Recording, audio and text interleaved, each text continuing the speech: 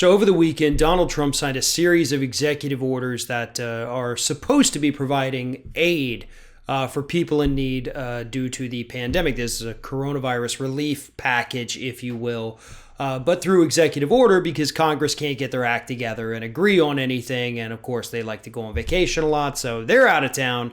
Trump's also out of town, but he says, you know what? I can get the upper hand on this issue. By signing these executive orders, I come out smelling like a rose, looking like the hero. Let me do this. Except the guy did it the wrong way.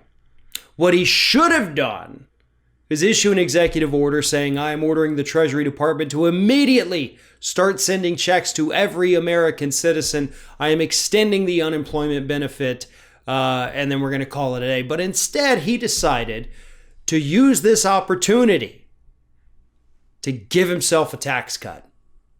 That's what he did. That's what he did with this grand power, this grand opportunity that he had to win back the heart of the public, possibly even win back majority support before the 2020 presidential election. And he blew it. And he likely blew it in an illegal way. And he blew it because he's greedy as hell. Here's what happened. As we all know, he issued a temporary payroll tax holiday through executive order. So what this means is that the payroll tax, which is typically just a couple of bucks out of every check of yours, it's a lot more money, though, for those in the top 20%. In fact, they reap the most benefits from it, and corporations, of course, because they pay half of it. They now have a tax holiday for that. So you, the individual, you're going to save a couple bucks a paycheck. Some people may not even notice it because it is such a small amount. But then at the end of the year, you have to pay that money back.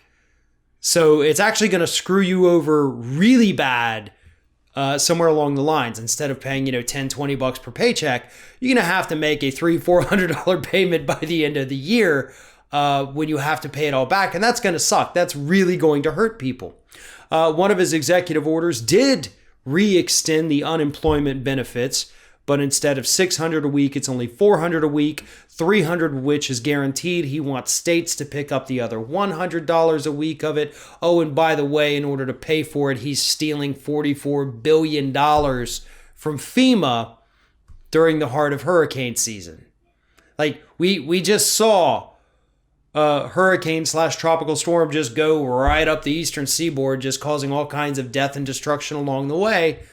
And this guy's sitting there like, hey, we'll just take $44 billion out of FEMA. What are they doing right now? No, this is FEMA's busy time of the year. This is the time when they need that money. But instead, you're doing it because you think it's going to buy you some votes. Now, obviously, as every single person on the left and right has pointed out, taking money from the payroll tax, essentially cutting the payroll tax between now and the end of the year, that is going to cripple Social Security. That's the main funding mechanism for Social Security. If you get rid of that, you have essentially effectively defunded Social Security. And Trump promised that if he is reelected, he is going to extend this payroll tax cut. He's going to make it permanent. And if he does that, if you vote for him, you're not going to have to pay the money back at the end of the year. You're going to have that tax cut forever, which means, yes, he is effectively killing Social Security and Medicare to an extent. But here's the thing, folks. This is what everybody has missed, and it's driving me insane. Drove me crazy all weekend. He didn't do it to kill Social Security. Stop saying that he did this to kill Social Security. Why would this man, who is already a long shot to win re-election, sign an executive order to straight up just kill Social Security? What does he have to gain from that? You're focusing on the wrong part here. He didn't do it to kill Social Security. Killing Social Security is a side effect of his real goal. And his real goal was to give himself a tax cut. That's what he did. He signed this executive order to give himself a tax cut. That's why he, and he alone, has been pushing for the payroll tax cut for months. Even other Republicans in the House and the Senate have told him, this is a stupid idea. You don't need a payroll tax cut. The public's not going to see any of it. Why would you bother doing this? And the answer is simple, idiots, because he owns a massive multi-billion-dollar organization that pays millions of dollars a year in payroll tax, and he wants to put those millions of dollars a year back into his pocket. It's honest to God that simple, folks. That's why he signed that executive order. That's why he's been pushing this for months. That's why he refused to let it go, even when the rest of the Republican Party told him it was a stupid idea. He did it because he's going to profit the most from it. The top 20% of income earners here in the United States are going to pocket nearly 70% of this payroll tax cut. That's what this is. They didn't do it because it killed Social Security. That's just a happy accident for them. But I do want people to start looking at these things a little bit more, in depth. We know Republicans have wanted to kill Social Security for quite some time. They want to give that money over to Wall Street to appease their Wall Street donors. And that would kill it. Wall Street sucks with money. But Trump would not just straight up sign an executive order to defund Social Security in the middle of an election year. He's dumb. He's not that dumb. Nobody's that dumb. Matt Gaetz might be, but I don't know about anybody else. But otherwise, that's not why he did it. So please stop saying that he did it to kill Social Security. No, he did it for a much simpler reason. He did it because it's going to put millions of dollars in his own pocket. It is going to increase the net worth of his businesses by a few $1 million. His resorts are going to bring in a little bit of extra money now because they're saving that money. And unlike the average person out there, when a business gets even a temporary tax holiday, even if it's for 6 months, they don't have to pay taxes. After that, they have to go back and pay it back. Do you know what they do during those 6 months?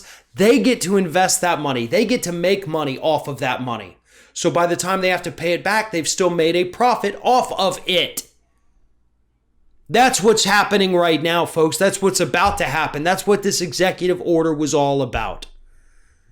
Is there a silver lining? Hell yeah, there's a silver lining. Let's talk about the positive. The positive is that he can't do this. All right, that's straight up illegal for the president of the United States to get involved in taxation issues. Congress has the power of the purse. They have the power to issue taxes. They have the power to cut taxes. They have the power to raise taxes. They have the power to tell you what you can do with the tax money. The president does not, even if he issues an executive order. So all of this that I'm saying might be a moot point. But I do want people to focus on the bigger picture here, okay? This isn't just to kill Social Security. That will happen if this happens, if this goes through. Yes, that will happen. And that is very serious, and we do have to address that issue.